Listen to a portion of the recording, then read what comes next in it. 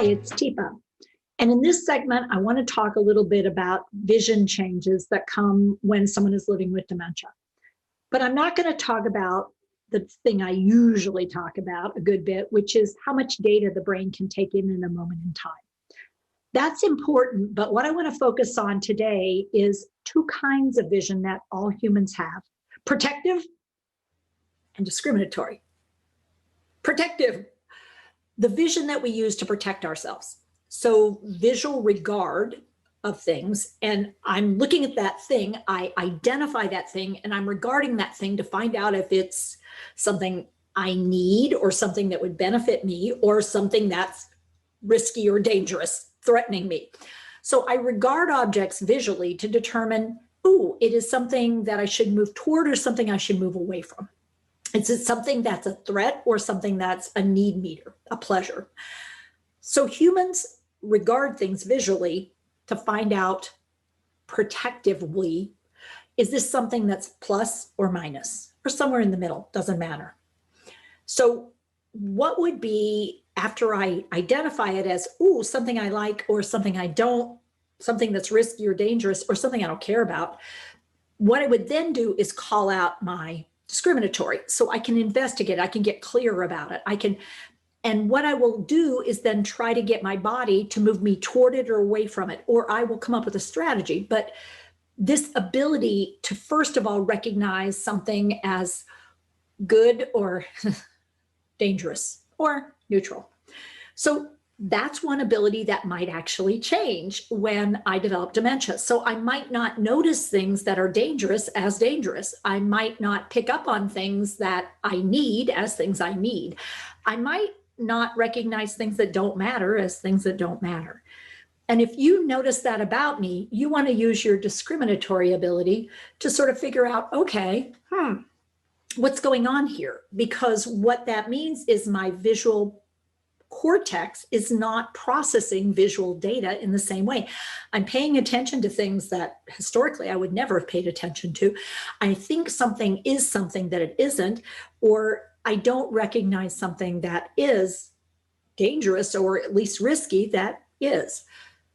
Important that we're noticing a change in protective visual regard or discriminatory. Is it just that I'm misunderstanding objects and I'm mishandling objects?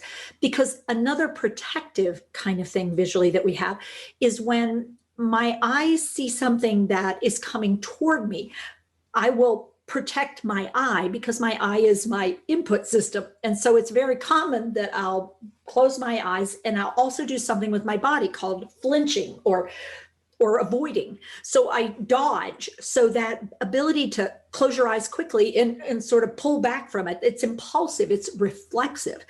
And what it means is I saw this incoming thing and my brain went, danger, Will Robinson. And I protectively closed my eyes briefly, blinked. And I also move my body back. And a third thing that many people do is they bring their hands up. So it's like, so I'm using my hands to block something or try to avoid being hit by something or seeing something as a threat and throwing my hands out in front of me. But that can also be, if I lose my balance and I go down, I will throw my hands out in front of me to stop and keep this part of me from being injured. So what I'm saying is my eyes are hardwired into the rest of me as a protective mechanism. So one of the things that can happen is when something comes at my face, I may blink, but then I open my eyes again classically to see what it was. So if I don't have a blink reflex, I don't blink when something comes at me, I don't move when something comes at me, it means I'm losing my protective regard to objects moving toward me. I don't react to it. Or if I'm hyper reactive, geez, I startle very quickly and very extremely. Something moves and it's like, whoa. So this protective mechanism with dementia might heighten or might drop, but I need to notice that as somebody who wants to be supportive. What does that mean? Well, it means I need to be more thoughtful and careful when I come in and when I'm leaning in and when I'm doing things around you, when I'm moving my hands around you, when I hand you objects, because I might cause you to startle, and a startle is more than just a movement. it actually disconnects the brain from what it was doing to pay attention to the incoming risk. So I want to really get tuned into, and it's one of the reasons that we use positive physical approach, because it gives the person warning that we want to connect, and the idea of substitution, not trying to subtract them from what they're already doing, and recognizing a change in protective mechanism so that I don't get them or me in trouble, because a startle when I don't have good balance could actually result in a fall. Now, something else that can happen is we have what's called, and I can't do it to myself, you have to do it to someone else. It turns out that when you do something over and over again, your brain goes, ignore it, it's nothing. And it's a protective mechanism, because you don't want to keep blinking when there's no reason to keep blinking. So what happens is there's an override switch after a few tappings, and you can try this with someone that you know, make sure you get permission, but you can tap, and what will happen is they'll blink, blink, blink, about 3 blinks on average, and then they quit blinking. And it's like, yeah, you're just tapping my forehead. I got it. I don't need to worry about that anymore, because it's not actually risky or dangerous. What we might see with somebody living with dementia is they keep blinking, or when I do it, they don't blink at all. What the blinking, blinking, blinking means is they can't sort of adapt to it or accommodate to it. So anytime something's around or moving around their face, they might be really not be able to focus on incoming data, because it's just causing this disruptive state. Or instead, what might happen is that they don't blink, and people who don't blink will get a dry eye, because the blinking is actually working with the lacrimal gland, in other words, your tear duct, to moisten your cornea, so that this up and down movement actually is what's lubricating the outside of your eyeball and the lens and the surface, to remove all the little dirt particles that get there, and make sure you have enough moisture there. And so if we have folks who aren't doing much blinking, they actually can get a dry eye, and then they might start rubbing their eyes, or they might not be able to do that. And this, unfortunately, whatever I have on my hands is now up around my eyes. And I might also do some other things. And so what we want to be aware of is somebody starting to have some changes in the blinking mechanism, the blinking system. Another protective versus discriminatory system that might show change is visual vestibular. So visual vestibular system is a system where we have our eyes connected to our balance and our internal balance system, the 3 little canals with little tiny stones in them, otoliths, and that they have the horizontal, the vertical, and then the diagonal, which allow us to be upright in space and know where upright is. And it also allows us to take our arms and hold them out like this and keep them up. And then if I close my eyes, I shouldn't get much of a drift. In other words, one arm shouldn't drift down compared to the other one. So my visual vestibular system allows me to use my eyes and my balance system to move around safely. So it lets me know that this is a tilted surface and I need to bring my upper body backwards a little bit, even though my feet are going down the thing, so that I don't lean forward and fall forward. It also allows me to lean forward when I'm climbing steps so that I don't fall over backwards. And when I'm going down steps, it allows me to take my weight, put it on my back foot, drop my lower foot down, get stable and step down and over and not over. And it also allows me to take my hand and put it on the rail as sort of a compensatory strategy. But to do all that, that's a lot of visual vestibular system support that goes on. And when I eliminate vision, like if I close my eyes, I may or may not be able to accommodate the way I used to. So do I still have my visual vestibular system intact and protective? And then can I do the fine detail stuff, like standing on one leg? Close my eyes and do that. In case you want to check out your own abilities, just to see where you are. So I tried to focus a little bit in this message, looking at the visual changes that happen, the ability to be protective with our vision. Oh, there's a couple more. Going from near vision to far vision to near vision, called accommodation. So I'm looking at something up close and personal here, doing something, and then somebody calls my name. I have to be able to raise my hand, raise my hand, raise my head, raise your hand, you get an odd look, raise my head, find the object, change the focal length and the focus on my eyes, pay attention to what they're doing, and then go back to what I was doing. This sounds like it's just what we do, and it is, until it isn't. So when I look up, I have to recall that there was a name calling. Somebody called my name. Then I've got to be able to use my ears to localize to where did that sound like it came from. When I locate the person, I have to remember, oh yeah, remember. It's also tied into the memory system. And then when I see the person, I need some kind of indicator that they still want my attention. And is it something I can do from here, or are they asking me to come over there?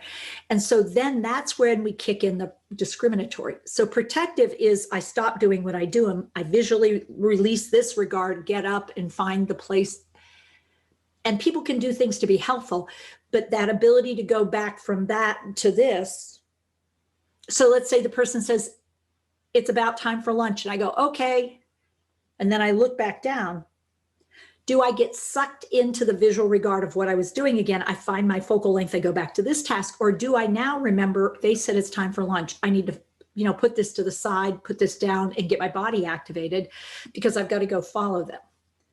Now, yes, vision is tied into auditory processing. However, it also means I have to be able to do back, forth, let go of this visual, pay attention to that visual, pay attention to this visual. So there's also this idea of scanning for things that I might be looking for or might be risky or dangerous, or targeting something and then making sure that the pathway to that something is safe. So if I see something I want, what I want to be able to do is look down and make sure there's nothing right in front of me before I get moving toward it. Protective. Not necessarily working so well. And the one other sort of protective versus discriminatory thing I want to sort of bring up here is light dark. Going from dark to light, light to dark, being able to see in a darkened environment. And so what can happen with many dementias is a darkened space is sort of a scary space, or a space where my visual cortex can create all kinds of interesting things. Especially with the type of dementia like Lewy body, where my brain makes up stuff to fill in the empty spaces where I'm seeing something there that isn't actually there, but my brain tells me it is there. Or maybe it tells me I know it's not really there, but boy, am I seeing it. Or a reflection that looks real enough for me that my protective mechanism that says, oh, that's a reflection of me, that's a reflection of you, the ability to recognize a face, a body as a reflection versus a 3D human being.